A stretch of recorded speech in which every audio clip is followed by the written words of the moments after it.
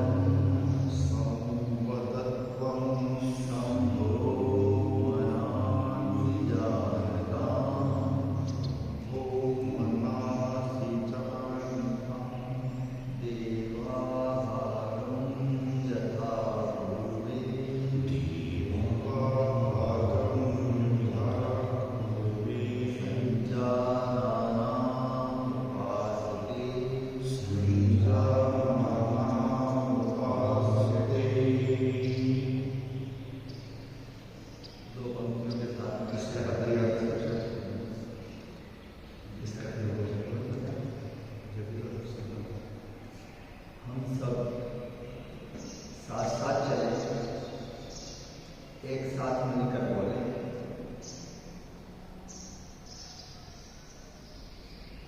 और ईश्वर की कृपा से हम अच्छे कर्म करते रहे और जो हमारे पूर्वजों ने परंपराएं स्थापित की हैं, जो हमारी संस्कृति की स्थापना की, हम उसी का अनुसरण करके आगे बढ़ते रहे, अच्छे कर्म करते रहे। दो लाइन के साथ महर्षि पतंजलि को याद कर लेते हैं।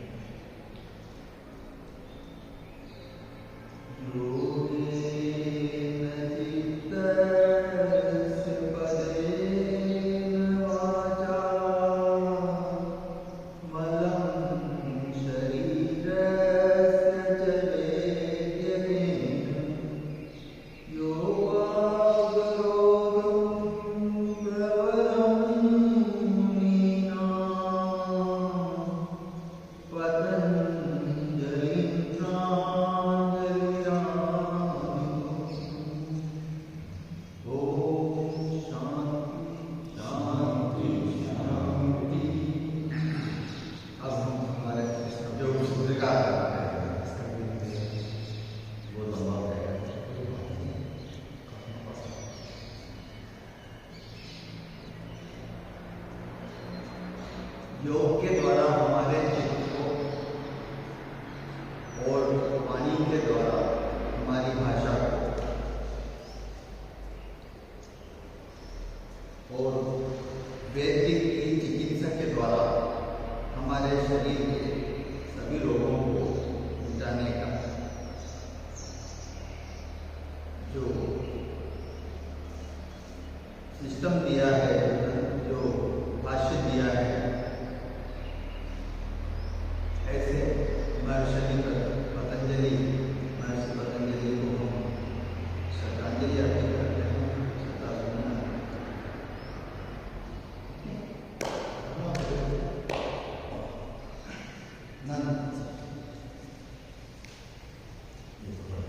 ईश्वर का स्मरण करने के बाद, ईश्वर की प्रार्थना करने के बाद हम आज की योगिक क्रियाओं का प्रारंभ करते हैं।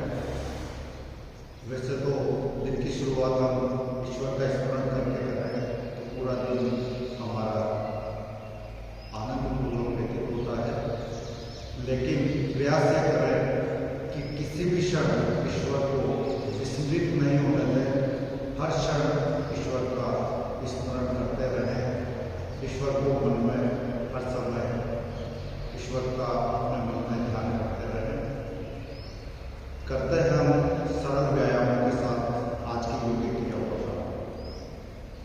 10 मिनट हम हमारे शरीर को पूरी गति के साथ संचालित करेंगे विभिन्न शारीरिक गतिविधियों से। इसके बाद हमारा शरीर विभिन्न योगिक क्रियाओं के लिए तैयार हो जाएगा।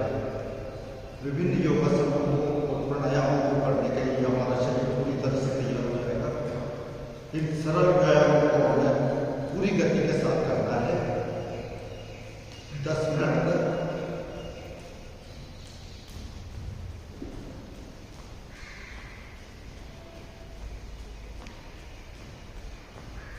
हंसते हुए, मुस्कुराते हुए, पूरी गति के साथ ऊर्जा के साथ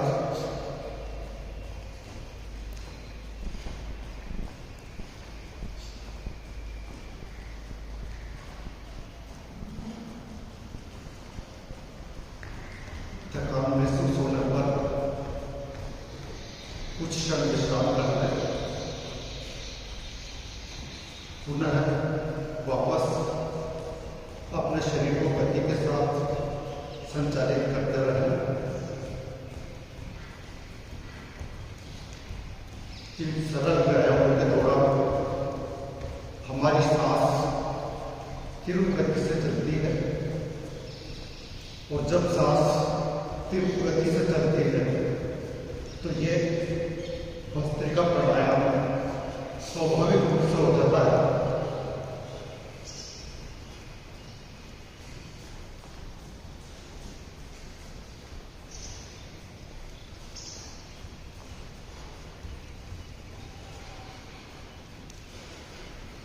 भस्त्रिका प्राणायाम से और सांस के तीव्र गति से चलने से, यानी इन सरल व्यायामों के दौरान हमारे फेफड़ों की क्षमता बढ़ने लगती है, हमारे फेफड़ों से कार्बन डाइऑक्साइड पूरी तरह से निकल जाती है, फेफड़ों से सभी विषैले तत्व पूरी तरह से निकल जाते हैं, पूरी प्राणवायु फेफड़ों में भर जाती है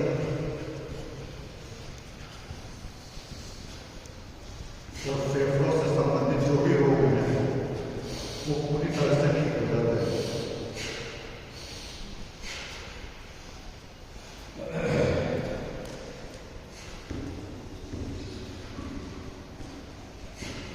सांसों से लोहार की कंपनी की तरह आवाज आने लगती है।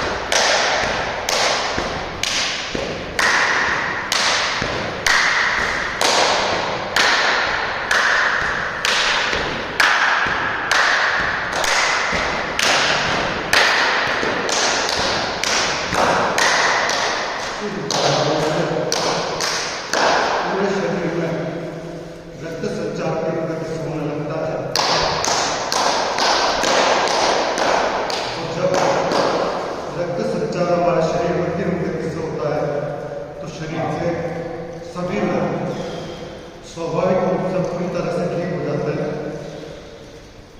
अगर रोग नहीं है तो कभी नहीं होंगे और हैं तो पूरी तरह से जल्दी ही ठीक हो जाएंगे।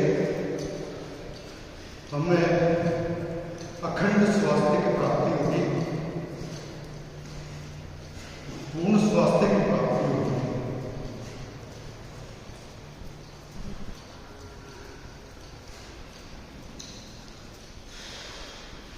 इस गतिविधि में प्रयास करें कि पैर कमर के बराबर बनकर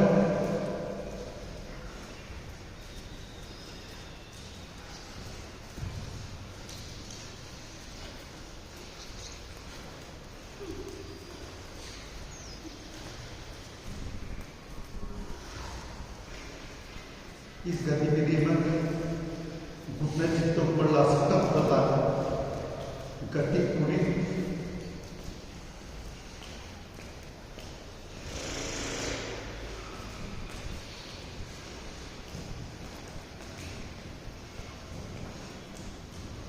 जितनी तीव्र गति से कर सकता है उतनी तीव्र गति से करना है।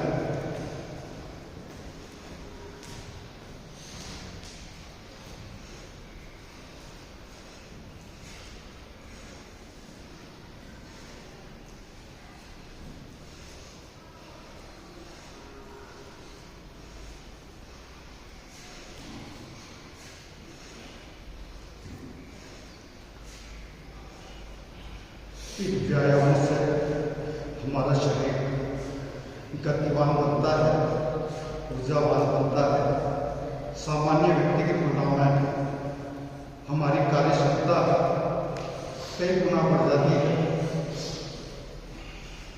हमारी गति कई गुना बढ़ जाती है।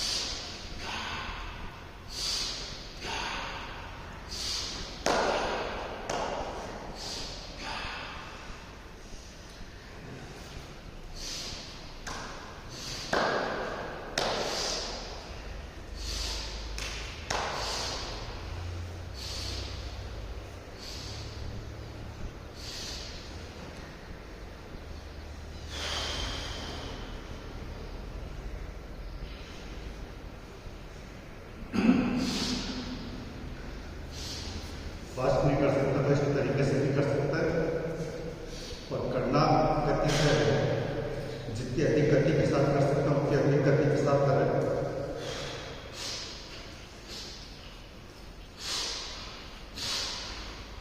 शरीर की पूरी ऊर्जा को इस दौरान सक्रिय करना है।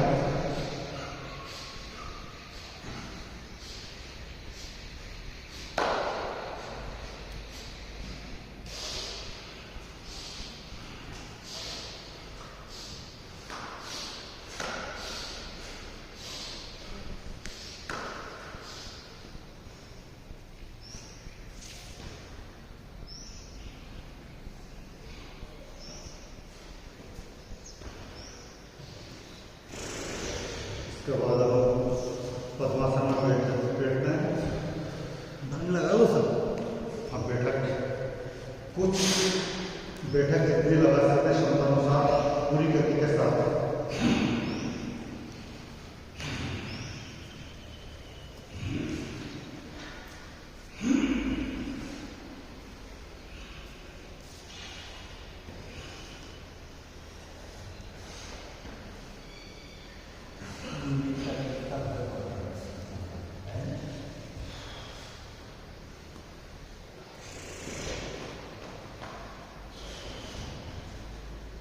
पद्मासन में बैठना है। आप भी जाओ।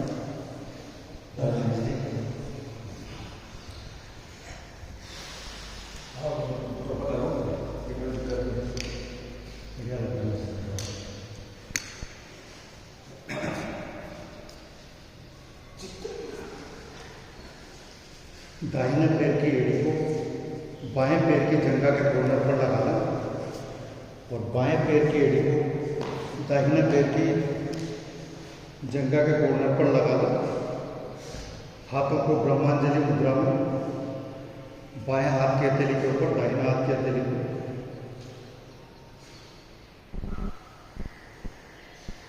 आंखों को हल्के से बंद कर दें। सांसों को महसूस करें। ध्यान सांसों पर पूरी तरह से लगा लें। हर सांस में शांति को महसूस करें। कुछ क्षण से प्रारंभ करके कुछ मिनट तक हम सांसों पर ध्यान लगाएंगे।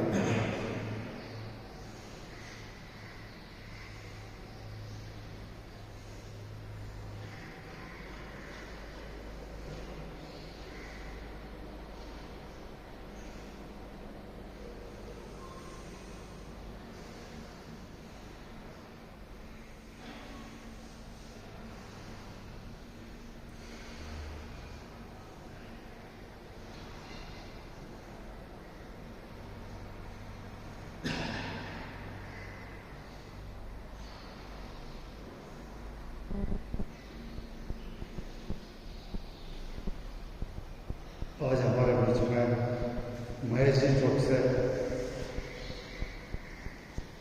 इस योग प्राणायाम सत्संग भवन में आए हैं। उनका मैं हार्दिक स्वागत और हार्दिक अभिनंदन करता हूँ। महेश जी पिछले कई वर्षों से निरंतर योग साधना कर रहे हैं। सभी कठिन योगासनों को आप पूर्ण स्थिति तक बिल्कुल सहजता के साथ कर लेते हैं। आज हम महेश जी की कुछ विभिन्न योगिक क्रियाओं को अभी आज लाभ लेंगे। पद्मासन में बैठे हुए ही हाथों को ऊपर उठा लें। ये योग मुद्रा होगी जब हम पद्मासन में बैठे हुए हाथों को ऊपर उठाते हुए सिर और हाथों को जमीन पर टिका दें। जितना झुक सकते हैं आराम से उतना ही झुकें। हाथों को पीछे कमर पर भी रखा जा सकता है।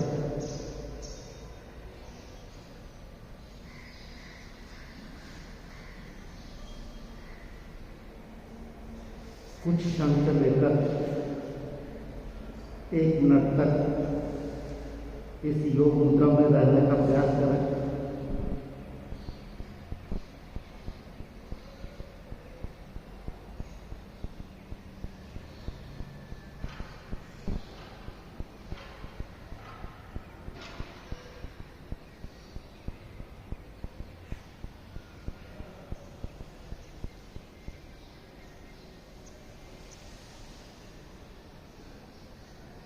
वापस पद्मासन में प्रणाम मुद्रा में हाथों को जोड़ते हुए हृदय के समीप रख लें।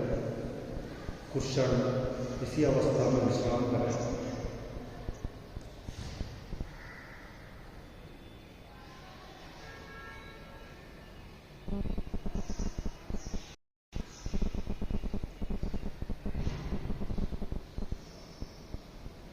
इसके बाद हम अगला योगासन करेंगे, मत्स्यासन।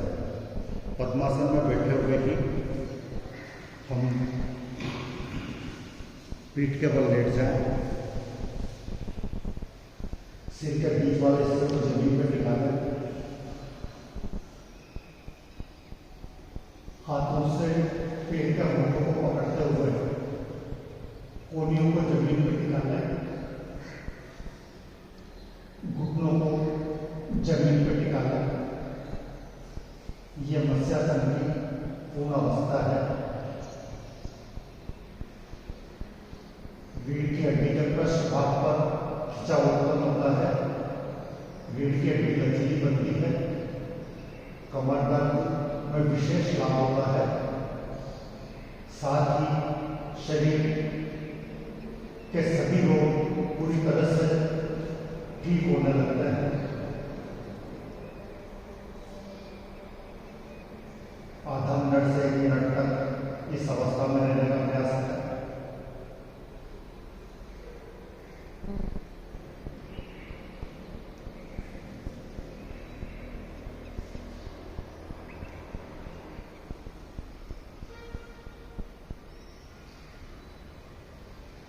इसी अवस्था के बाद लेटे लेटे ही शवासन की स्थिति में आ जाए। पद्मासन को बोलते हुए पीठ के बल सीधे लेट जाए, पैरों को थोड़ा सा खुला रखें और इस अवस्था में हाथों को नाभि के ऊपर रख सकते हैं, हाथों को पीछे रख सकते हैं या हाथों को फैला कर भी रख सकते हैं। जैसे भी आराम मिले शरीर को पूरी तरह से, उस अवस्था में हम हाथों को रख सकते हैं। सामान्यतया नाभि पर हाथों को रखना और शरीर को पूरी तरह से शिथिल करना, ध्यान हृदय तक लगभग 1 मिनट हम शवासन का अभ्यास करेंगे।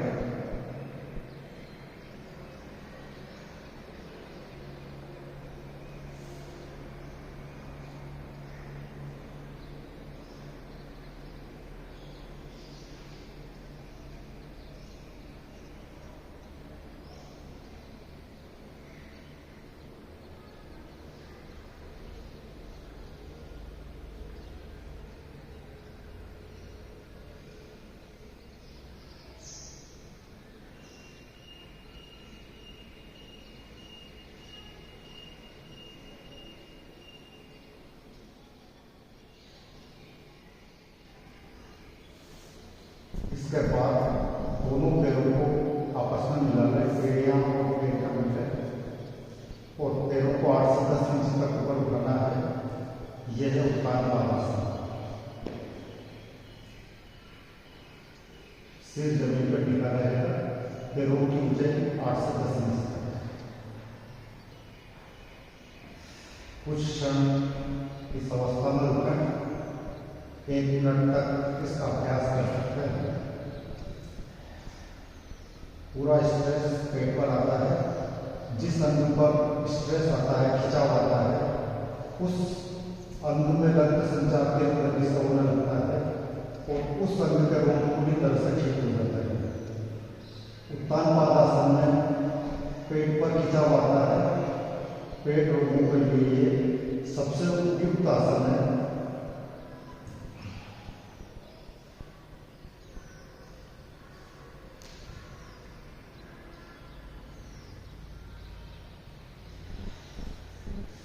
आराम से शवासन में शरीर को शिथिल करते हैं।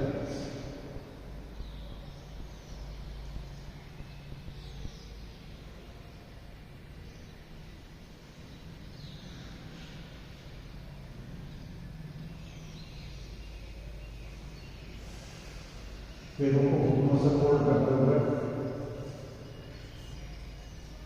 हाथों की उंगलियों को आपस में सटा दें। घुटनों को पकड़ते हुए हाथों से पैर के घुटनों तक ठुड्डी को लगाने का प्रयास करें। यह है पवन मुक्त आसन।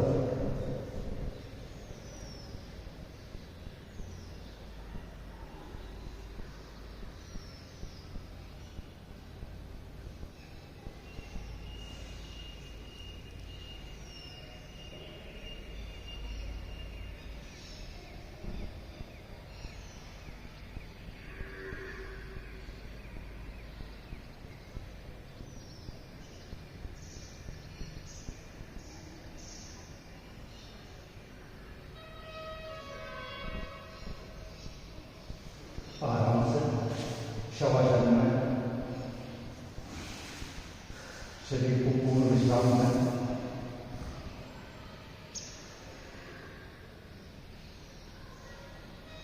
हर आसन के बाद शवासन करने से हमारा शरीर अगले योगासन के लिए या अगले व्यायाम के लिए पूरी तरह से तैयार हो जाता है।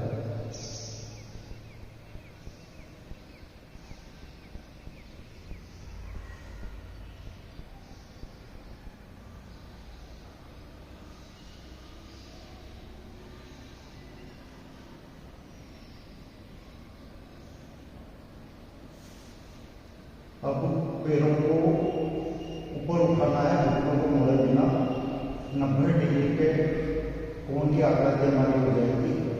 यह है अर्धहलासन।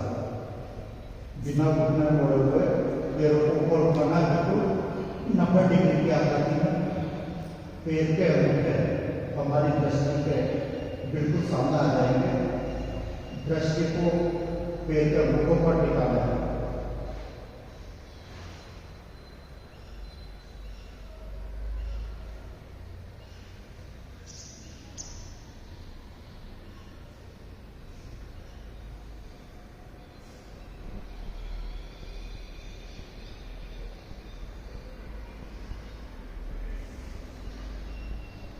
शवासन में विश्राम करें।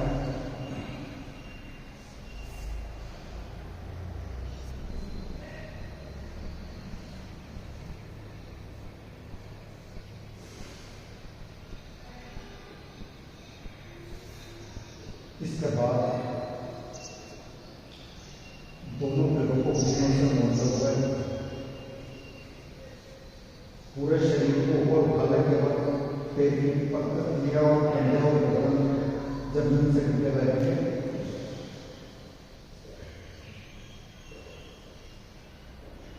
यह है सेतुबंध आसन, सरल आसन है। प्रारंभ में योगासनों का जो अभ्यास प्रारंभ कर रहे हैं, इन सरल आसनों के साथ अपनी योगिक क्रियाओं की शुरुआत कर सकते हैं।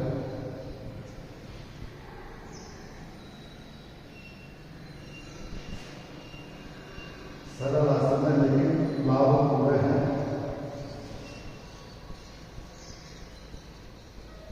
कितनी भी देर तक इस सेतुबंध आसन को कर सकते हैं।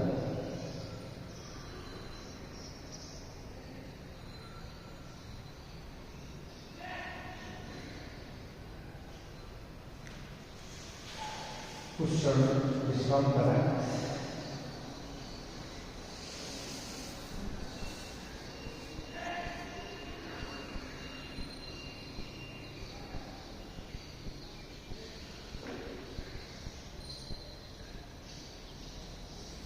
इसके बाद हलासन, पैरों को मिलाते हुए पैर का घुटना और पैर की एड़ियां, पैरों को ऊपर उठाना है बिना घुटना मोड़े हुए और पूरे पैरों को पीछे ले जाकर पैर के अंगूठों को जमीन पर टिका देना है।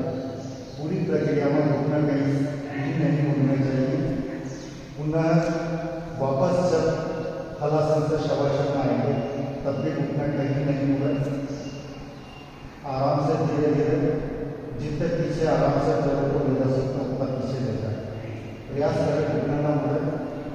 फिर भी प्रारंभ में अगर थोड़ा बहुत घुटना मुड़ता है तो कोई बात नहीं, आप प्रयास करें जितना कम से कम घुटना मुड़े उतना मुड़ना।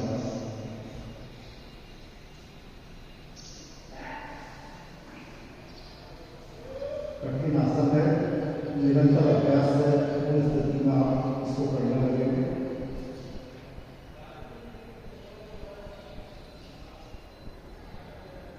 घुटने मुड़े नहीं और पैर के मुड़े जमीन पर गिर जाए, ये इसकी पूरी स्थिति है।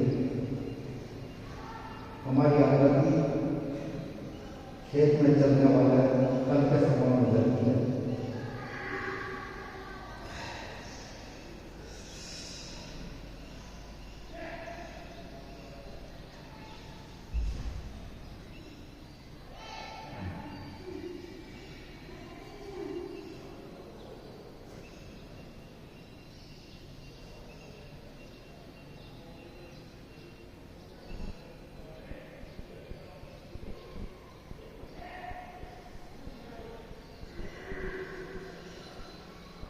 वापस आराम से शवासन की स्थिति में आना है बिना घुटने में।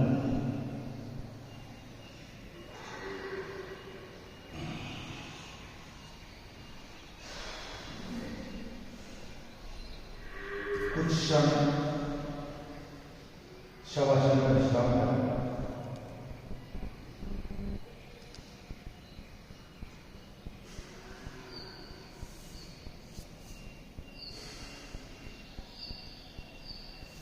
अब पेट के बल लेट जाए।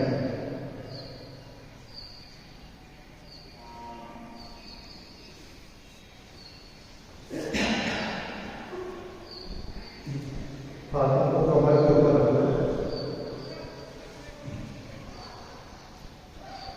और पैरों को और घर को जितना ऊपर उठा सकते हैं उतना ऊपर उठाएं।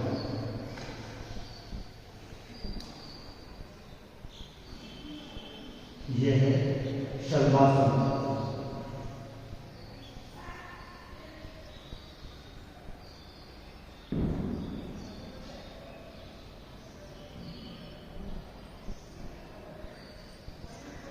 आराम से दाहिने हाथ को जमीन पर टिका रखें और शरीर को पूरी तरह से इस अवस्था में विश्राम करें।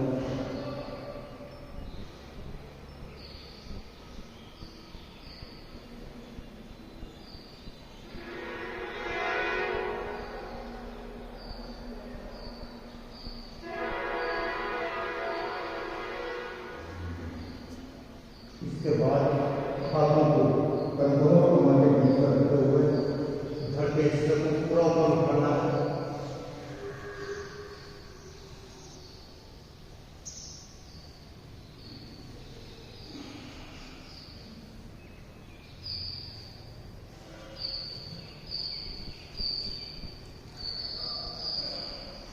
यह है भुजंगासन।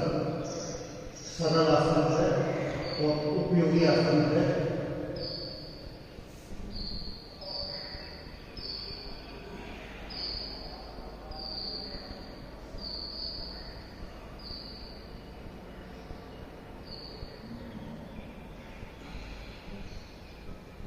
कितनी भी देर तक इस अवस्था में रह सकते हैं।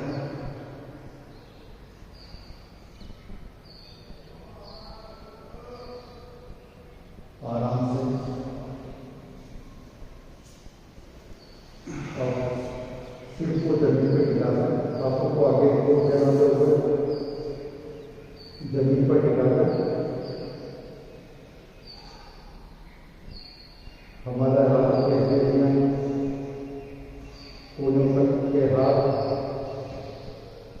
मस्तक, नाक, हृदय, पूरा पेट,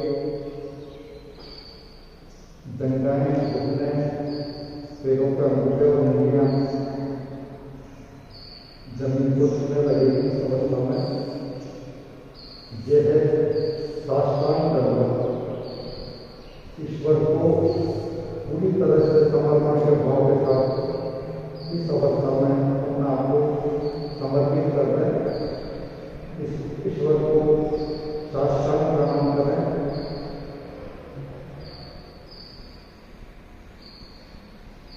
ईश्वर का ध्यान करें।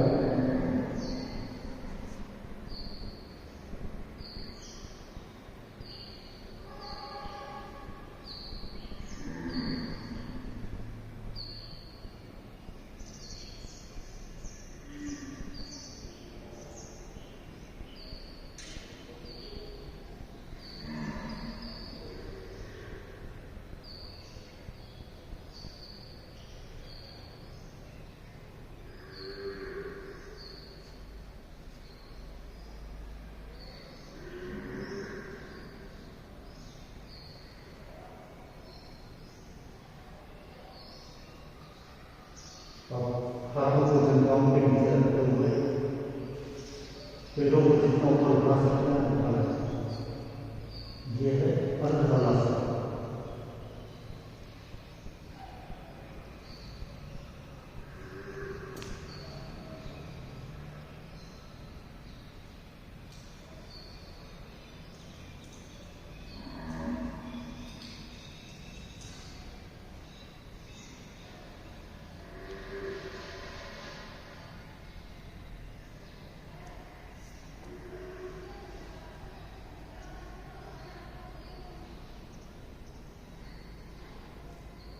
ये जितने ऊपर उठा सकता है ऊपर उठना है। प्रयास करके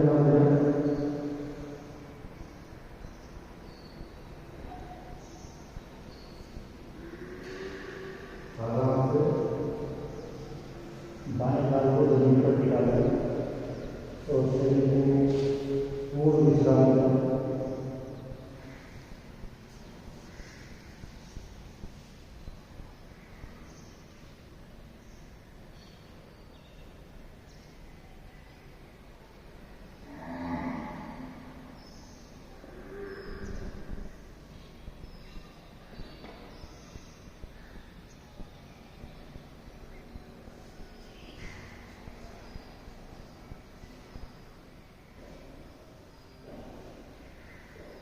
उल्टे लेटे हुए पेट के बल लेटे हुए पैरों को घुटनों से मोड़ते हुए हाथों से पैर के अंगूठों को पकड़ते हुए एड़ियों को कूलों पर निकाला। ये धनुरासन की प्रारंभिक अवस्था है। कुछ क्षण इसी स्थिति में रहे।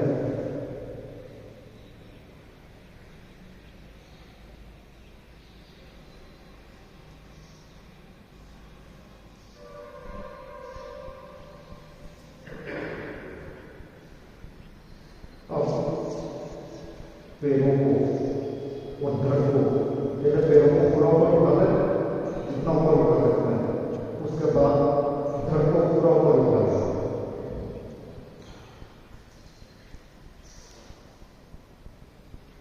ये धनुरासन की पूर्ण अवस्था है।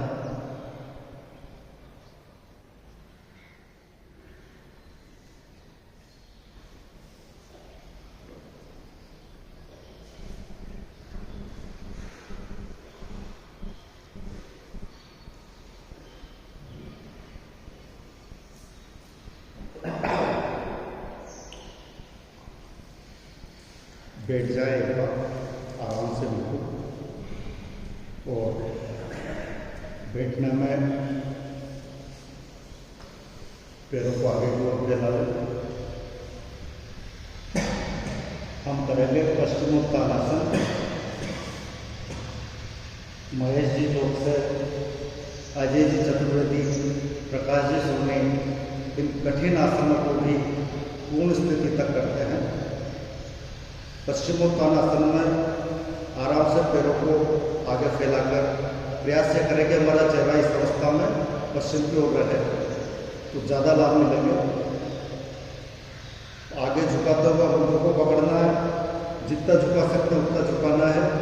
फिर एड़ियों को पकड़ते हुए सिर को घुटनों पर टिकाना है और कोहनियों को जमीन पर टिकाना है। ये इसकी पूर्ण अवस्था है। जितना झुक सकते हैं उतना झुके, कम से कम अंगूठे पकड़ने तक तो झुके। इतना भी नहीं झुक सकते हैं तो अंगूठों के जितना समीप जा सकते हैं उतना जाए। पूर्ण अवस्था निरंतर अभ्यास से आ जाएगी। करते हैं हम इसका अभ्यास। सर्दी जुकाम, नज़ला जैसे रोगों को इसके अभ्यास से बिल्कुल ठीक किया जा सकता है। साथ ही इसे आसनों का प्रधानमंत्री भी कहा जाता है।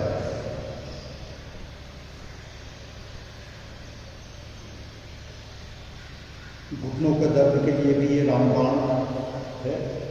घुटनों का दर्द पूरी तरह से इस आसन के निरंतर अभ्यास से पूरी तरह से ठीक हो जाता है।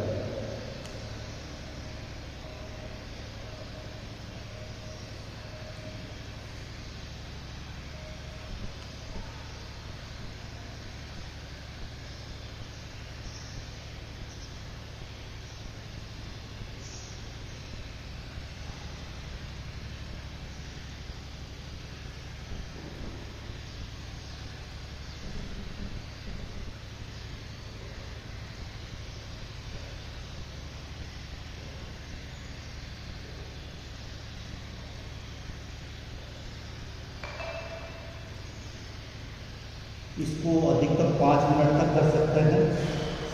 कुछ क्षण से प्रारंभ करके पूर्ण स्थिति में अधिकतम 5 मिनट तक रोका जा सकता है और प्रारंभिक अवस्था में भी लगभग इसे अधिकतम 5 मिनट तक कर सकते हैं। प्रयास करें कि प्रारंभिक अवस्था में घुटना पकड़ने तक की स्थिति में 1 मिनट तक कम से कम रहे।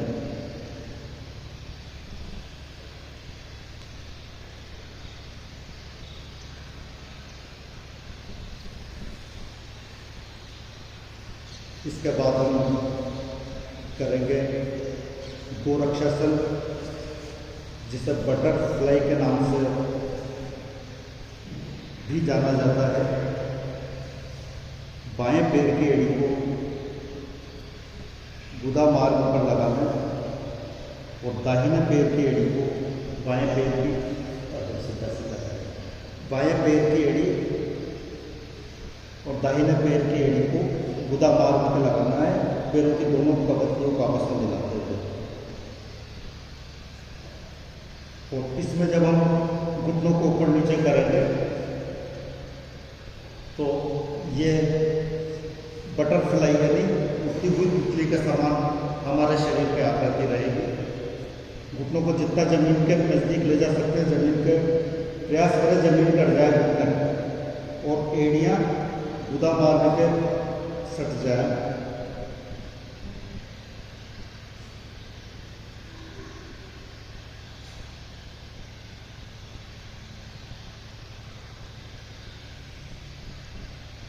मैं इतना बिल्कुल इसको तो राजेश जी मेरा बहुत शानदार करता हूँ, पूरा घुटना डालता हूँ। आपको भी पूरा डाला क्या कहती माया जी को पूरा डाला, राजेश जी को उधर नीचे करता हूँ। कर सकते हैं कौन? प्रकाश जी, राजेश जी उल्टे कैसे वो भी इसी पे बिठा दो। ये बहुत उपयोगी आसन है। ये पूर्ण स्थिति तक आने में लगभग सभी आसनों के निरंतर अभ्यास के बाद ही पूर्ण स्थिति में आया जा सकता है, लेकिन प्रारंभ में आप जहाँ तक सहजता और सरलता से और आसानी से कर सकते हैं वहाँ तक करें।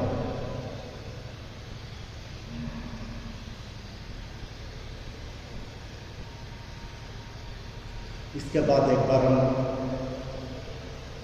खड़े होकर ताड़ासन का करते हैं।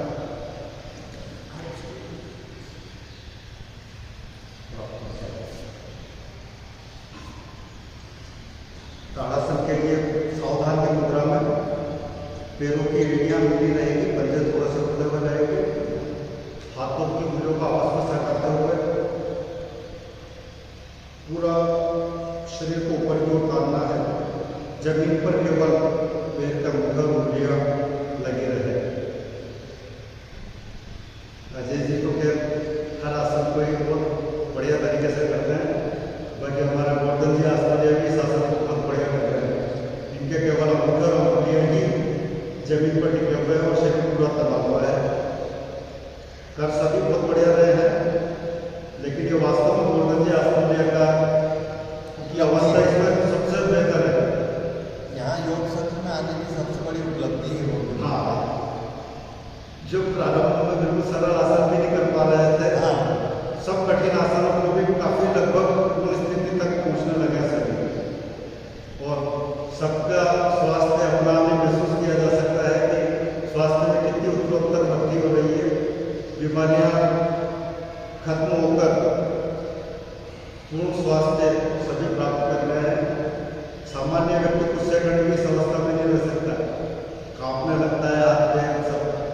लेकिन जब निरंतर अभ्यास आप करते हैं तो 10 मिनट 15 मिनट तक भी हम ताड़ासन में रह सकते हैं बिना बिल्कुल सहजता और सरलता के साथ। सरल आसन है, इसका दिन में भी अभ्यास कर सकते हैं, कभी भी कर सकते हैं।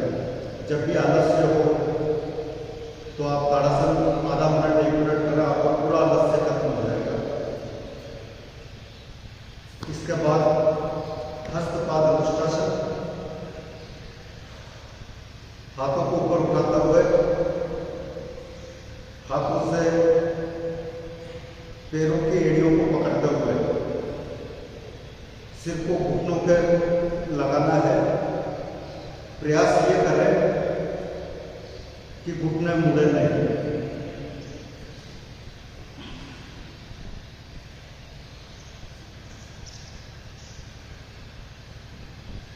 जितना कर सकते उतना करें, आराम से करें। घुटनों के दर्द के लिए विशेष उपयोगी है। इस आसन को भी हमारे सभी साथी लगभग पूर्ण स्थिति तक कर रहे हैं।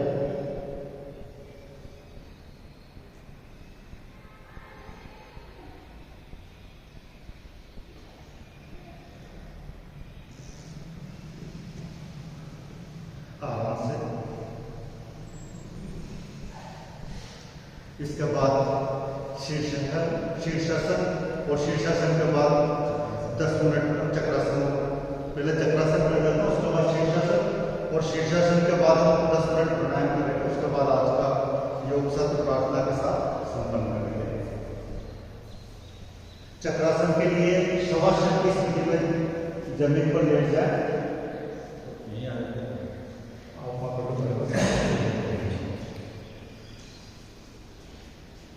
जमीन पर लेटने के बाद पैरों को घुटनों से मोड़ लें, हथेलियों को और पगड़ियों को जमीन पर टिका लेते हैं, बाकी पूरा शरीर ऊपर उठा दें जितना ऊपर उठा सकते हैं। यह है चक्रासन। कठिन आसन है लेकिन निरंतर अभ्यास से ये सिद्ध हो जाएगा और पूर्ण स्थिति तक सभी करना है।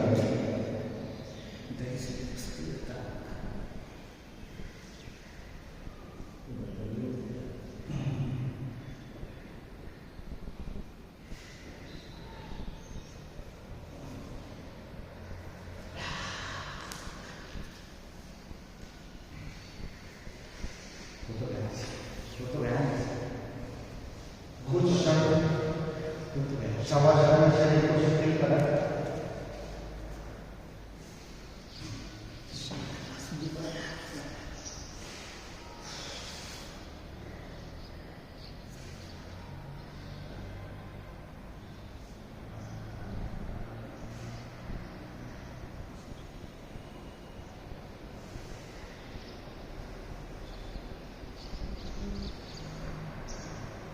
अब हम आसनों में अंतिम आसन के रूप में शीर्षासन करेंगे। शीर्षासन आसनों का राजा है। संपूर्ण शरीर का व्यायाम केवल एक शीर्षासन कर लें, उसमें ही संपूर्ण शरीर का व्यायाम हो जाता है। रक्त संचार तीव्र गति से पूरे शरीर में होने लगता है। विशेष रूप से मस्तक में तेज गति से रक्त संचार होने लगता है।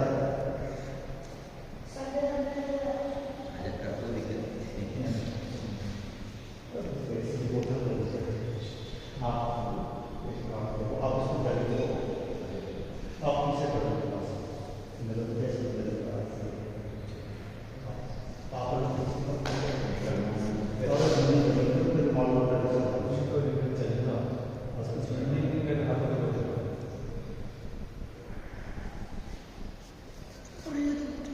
आराम से करना है।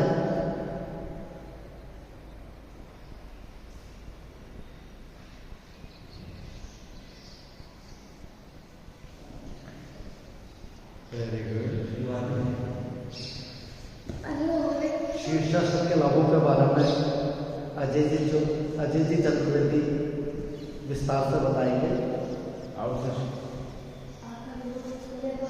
शीर्षासन जैसा कि नाम से ही विदित है, आसनों में शीर्ष स्थान पर जो आसन है वो शीर्षासन है।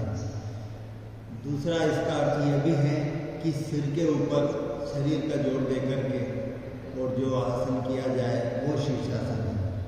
किसी भी रूप में लें, लेकिन ये सर्वाधिक लाभकारी है। हमारे शरीर को स्फूर्ति प्रदान करता है, चेहरे पर कांति लाता है, और सबसे बड़ी बात यह है कि इससे शरीर में ऊर्जा का संचार बहुत अच्छा रहता है। तो एक मॉर्निंग में, इवनिंग में जब भी समय हो हम शीर्षासन कर लें तो 24 घंटे हमें ऊर्जा महसूस होती है, हमें सक्रियता महसूस होती है। सर्दी, जुकाम, गले से संबंधित रोग, गैस से संबंधित रोग, सभी रोग दूर होते हैं। और विशेष रूप से हृदय से संबंधित जो रोग हैं उनमें भी इससे निदान मिलती है। तो व्यक्ति हमेशा युवा रहता है। हाँ, इसमें चेहरे पर कांति रहती है और आयु का जो बढ़ना है वो कम हो जाता है। बढ़ती आयु का हो सकता है आयु रिवर्स भी हो जाए। आयु का बढ़ता प्रभाव को रोक देता है। व्यक्ति को बूढ़ा कभी नहीं होने देता है, हमेशा व्यक्ति युवा बना देता है।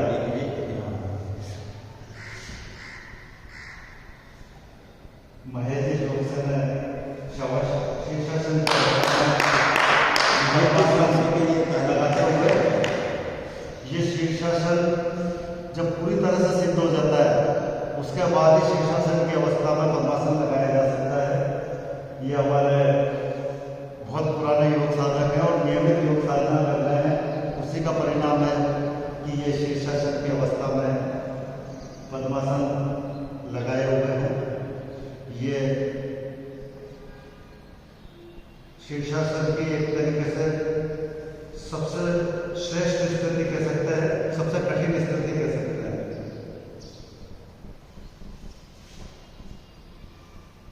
अब हम 15 मिनट के लिए करेंगे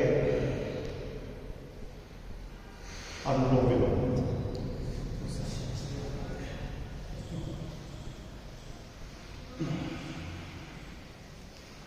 अनुलोम विलोम के लिए पद्मासन में बैठना है, 15 मिनट तक करना है। पद्मासन में जो नहीं बैठ सकता वो सुखासन में बैठना है। पद्मासन, पापा का क्या नाम है तुम्हारे? है मनोज जी मीना। अच्छा चलो तू तो एक्सपर्ट हो जाएगा, तो समझ आया कर। बच्चों का तो बच्चों की जो नसें होती है वो बिल्कुल लचीली होती है, फ्लेक्सिबल होती है, बहुत जल्दी सभी आसन पूर्ण करती है। ये है ना, इसको यहाँ लगाना है, दाहिने पैर की एड़ी को यहाँ बिल्कुल खोलना है, इस वाले पैर, इधर वाले पैर को यहाँ लगाना है, उधर मेरा इधर वाला पैर, इस पहले इसको नीचे रख दे। अब इसको उधर लगाया जाएगा। शाबाश। बस अब आप इसको उठा के इसको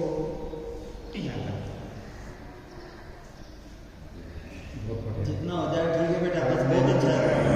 करता है, जोर लगा जाता है ना।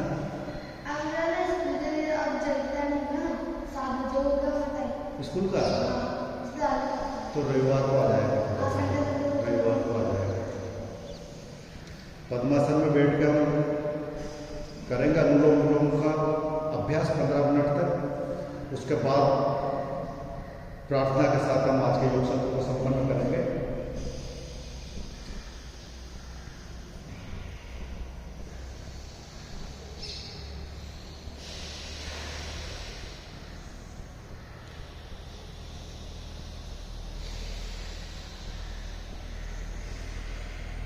दाहिने अंगूठे से दाहिने नाक के सुर को बंद करके बाएं सुर से गहरी सांस लेनी है, जितनी गहरी ले सकते हैं।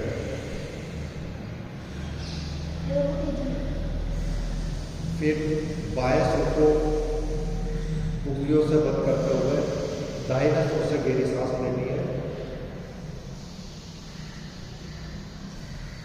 यही क्रम निरंतर चलता रहेगा।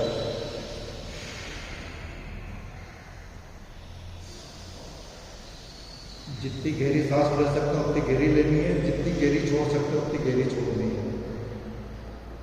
सांस लेने में हमारे शरीर में पूर्ण ऑक्सीजन हमारे शरीर को प्राप्त हो जाती है, और जब हम सांस छोड़ते हैं तो सारे विषैले तत्व, सारी कार्बन डाइऑक्साइड हमारे शरीर से बाहर निकल जाती है। सांसों का निरंतर गहरी सांस एक सुर से लेना और दूसरे सुर से छोड़ना, यही अनुलोम विलोम प्राणायाम है। इसी को नाड़ी शोधन प्राणायाम भी कहते हैं। हमारी सभी नस नाड़ियाँ इस दौरान पूरी तरह से शुद्ध हो जाती है, पवित्र हो जाती है। सभी उनके विषैले तत्व और विकार इस दौरान निकल जाते हैं। करते रहे निरंतर गहरी सांस छोड़ने और लेने का अभ्यास अनुलोम विलोम प्राणायाम, नाड़ी शोधन प्राणायाम।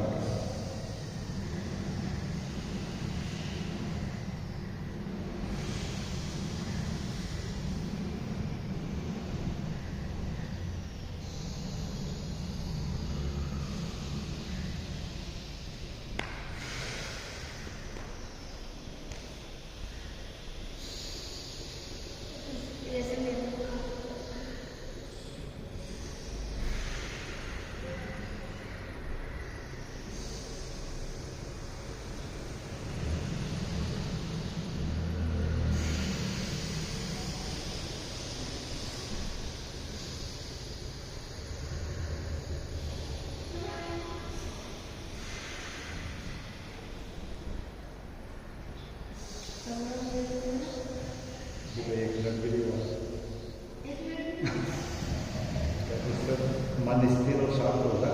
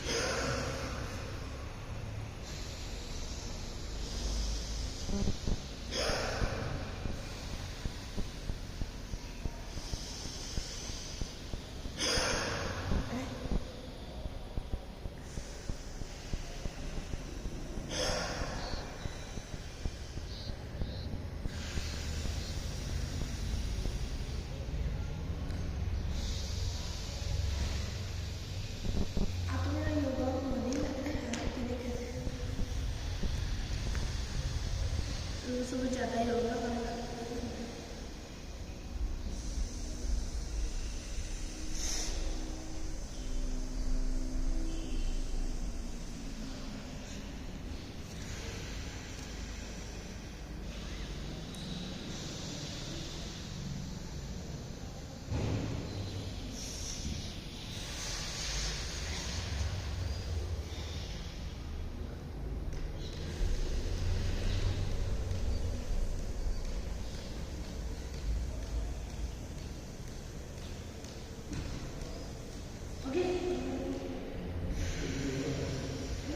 किसी का भी मन नहीं लग रहा।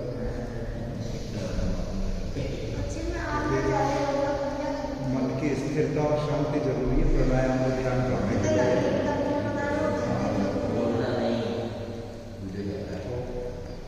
मन की स्थिरता और शांति जब तक नहीं आएगी तब तक प्राणायाम और ध्यान में मन नहीं लगेगा।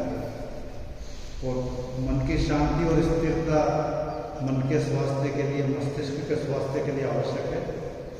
योगासन से और व्यायाम से हम शरीर को स्वस्थ कर सकते हैं, लेकिन मन और मस्तिष्क के स्वास्थ्य के लिए तो प्राणायाम और ध्यान करना पड़ेगा।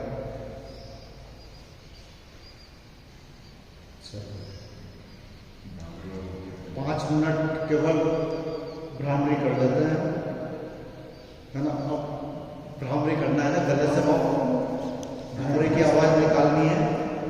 भ्रमर भ्रमरा बोलता है ना,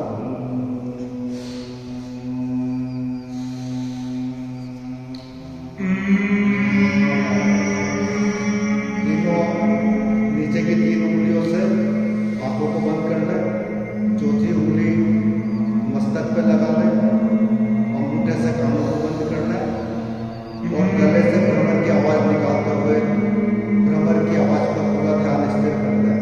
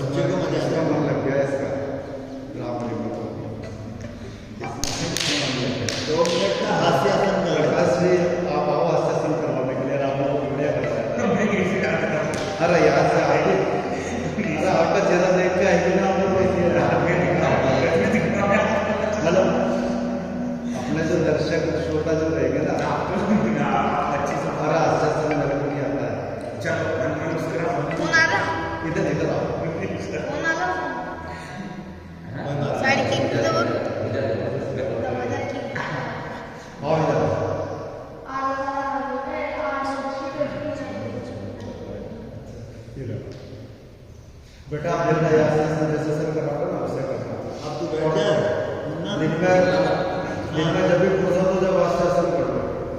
हंसना भी एक दवा हाँ, अब देखना है सब जैसे कराते हैं ना वैसे करना। मंद मंद मुस्कुराएंगे, गाल में गड्ढे पड़ने देंगे, हल्के हल्के मंद मंद मुस्कुराना।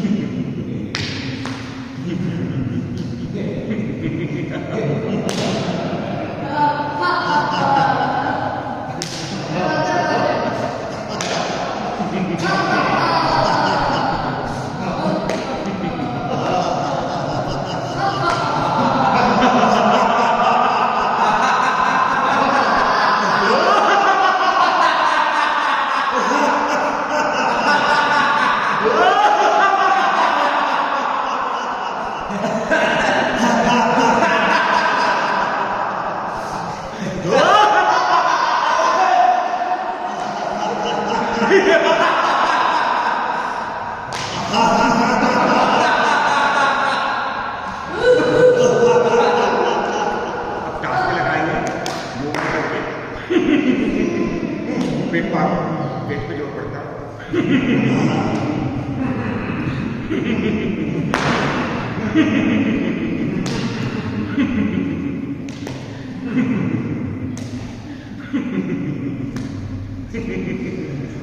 अब ऐसे को ट्रक का पहिया खुल गया है ना, झटके से सांस निकालने की नासक होती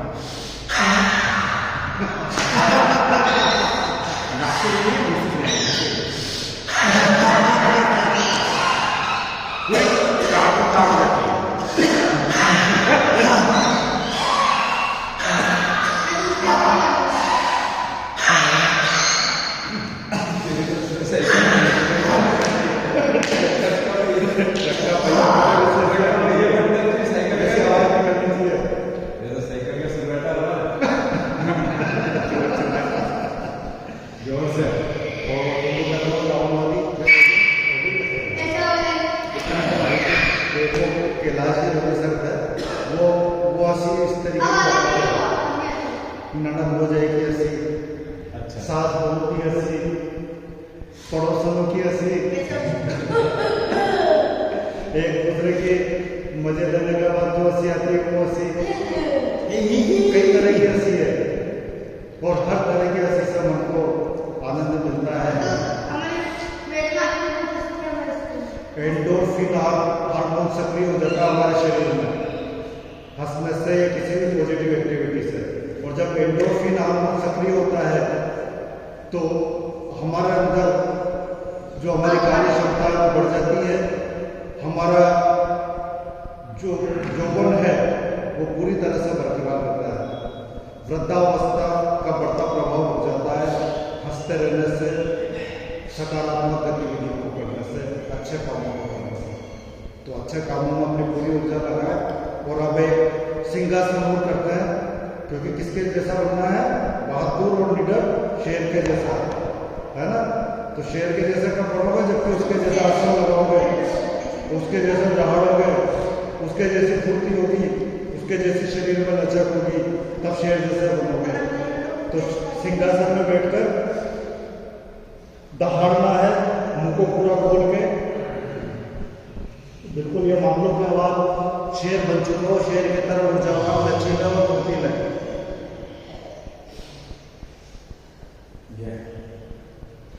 देख लो शेर बन गया ना।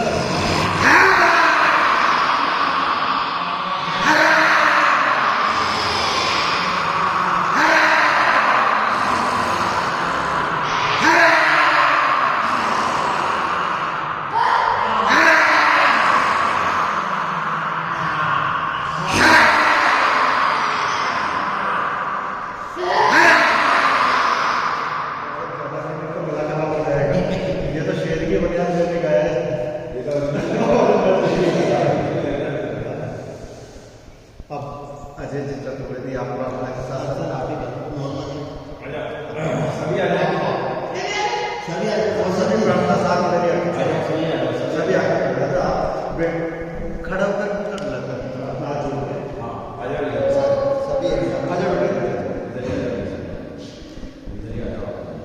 आओ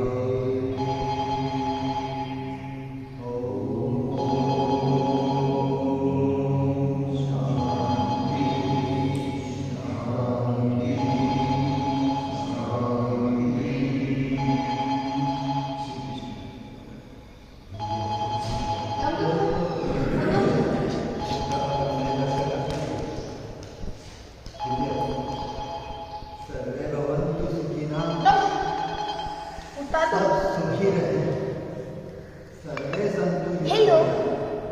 सब निरोग रहे, सर्वे वज्राणि पश्यन्तु, हम सभी का मंगल होते हुए देखें। माँ कश्चित् दुर्भाग् भवेत्, किसी को किसी भी प्रकार के दुख का भागीदार नहीं बनना पड़े। परमात्मा